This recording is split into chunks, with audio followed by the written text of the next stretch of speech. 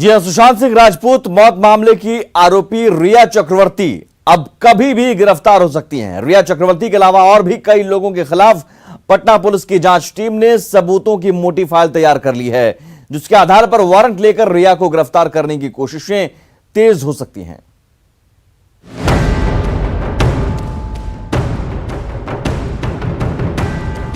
मासूमियत भरे इस चेहरे के पीछे छिपे हैं अभिनेता सुशांत सिंह राजपूत की मौत के कई राज।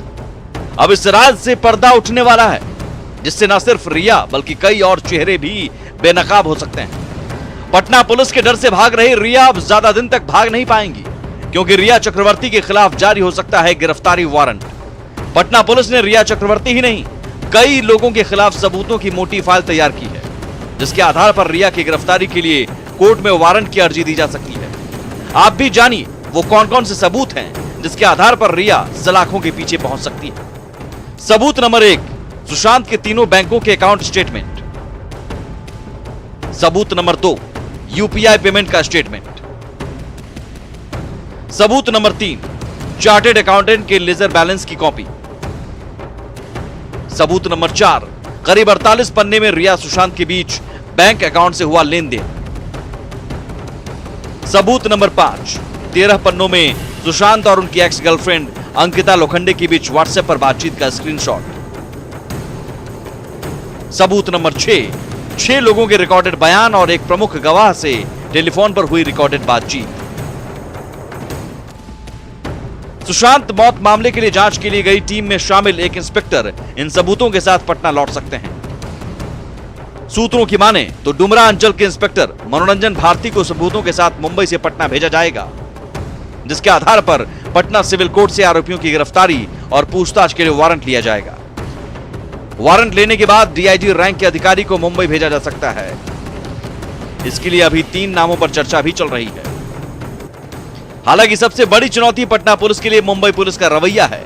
पहले जांच के लिए गई टीम को परेशान किया गया और जांच में सहयोग नहीं किया गया। फिर एक आईपीएस अधिकारी विनय तिवारी को जबरन क्वारंटाइन किया गया। ऐसे में देखना होगा कि डीआईजी रैंक के अधिकारी वारंट के साथ रिया चक्रवर्ती को गिरफ्तार करने मुंबई जाएंगे तो मुंबई पुलिस का रवैया क्या होता है। Bureau report, news 18। और इससे पहले सुशांत के पिता ने पहली बार सामने आकर बड़ा खुलासा किया, जिसका जवाब देना अब मुंबई पुलिस को भारी पड़ रहा है।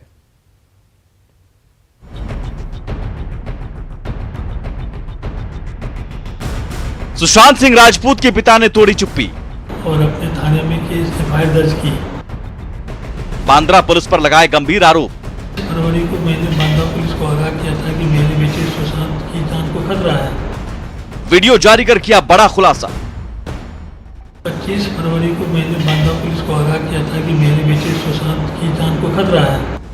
सही सुना आपने। सुशांत मामले में बांद्रा पुलिस की लापरवाह रवैये को देखते हुए सुशांत सिंह राजपूत के पिता ने आखिरकार अपनी चुप्पी तोड़ ही दी। पिता केके सिंह ने एक वीडियो जारी करके बड़ा खुलासा किया है, जिसका जवाब देना बांद्रा पुलिस को भारी पड़ रहा है। फरवरी में ही सुशांत के पिता ने बांद्रा पुलिस को बताया था कि सुशांत की जान खतरे में है। उसके बाद भी बांद्रा पुलिस ने उसे गंभीरता से नहीं लिया। अगर पुलिस ने थोड़ी सी सजगता दिखाई होती तो शायद आज सुशांत हम सब के बीच होते।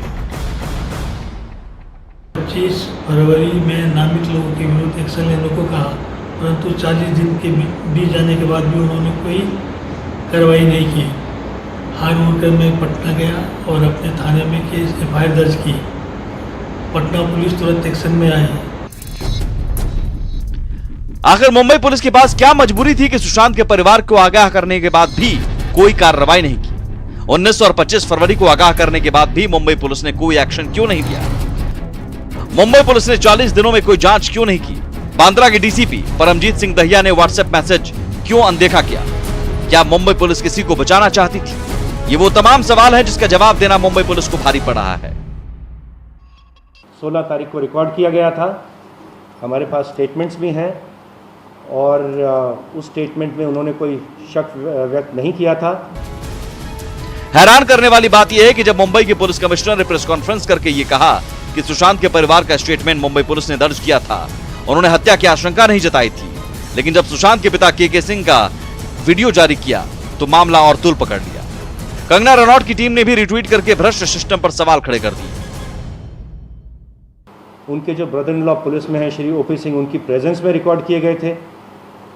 जो जो उन्होंने बताया उसमें उस हिसाब से इन्वेस्टिगेशन भी किया गया, लेकिन ये उन्होंने अवश्य कहा था प्रत्येक ने के स्टेटमेंट उन्होंने अपनी जान ली है।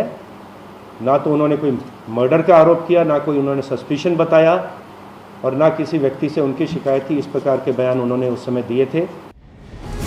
अगर मुंबई पुलिस की मंशा में कोई खोट नहीं है तो वो पटना की पुलिस को क्यों नहीं मदद कर रही है? 40 दिन बाद भी मुंबई पुलिस की जांच मुजरिम तक नहीं पहुंच पाई है। नामित लोगों के खिलाफ मुंबई पुलिस एक्शन लेने में क्यों डर रही है? Bureau report, news 18। और हमारे साथ दो संवाददाता मौजूद हैं, पटना से अमित कुमार और मुंबई से अमित राय, जो लगातार इस मामले पर अपडेट पहुंचा रहे हैं।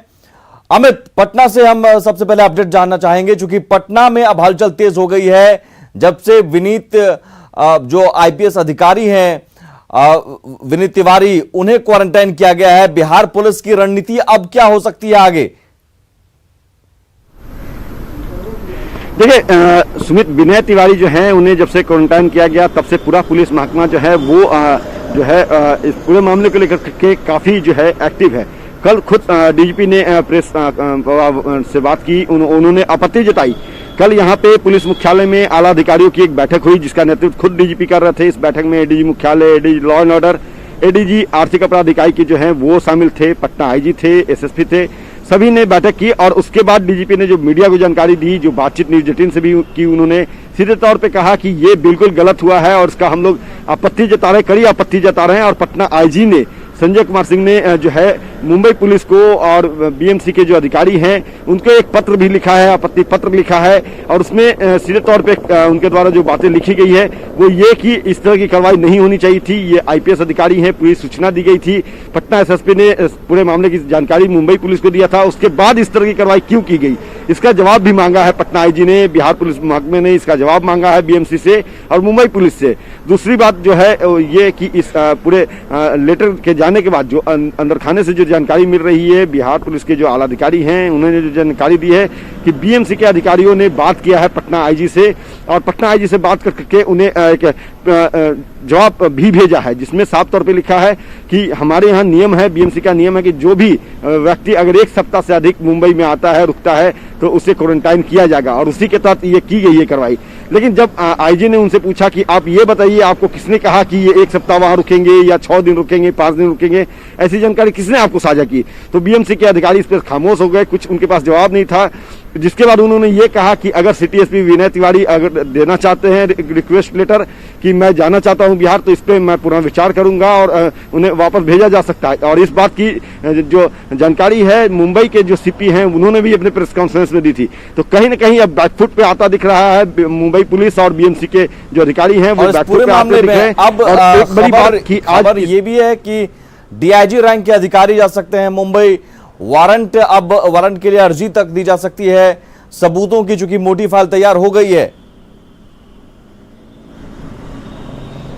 देखिए फिलहाल जो जानकारी है उसके मुताबिक निश्चित तौर पे चूंकि पिछले 8 दिन से जो है पूरे मामले पे जांच चल रही है लगातार। मुंबई में जो पटना पुलिस की टीम है 4 सदस्यीय टीम, वो एविडेंस इकट्ठा कर रही थी। और कल न्यूज़ 18 से बात करते हुए डीजीपी ने कहा भी कि हमारे पास पर्याप्त साक्ष्य है, अगर हमें जांच करने की पूरी आज़ादी मिलेगी तो निश्चित तौर पे पूरे मामले का पटाक्षेप करेंगे।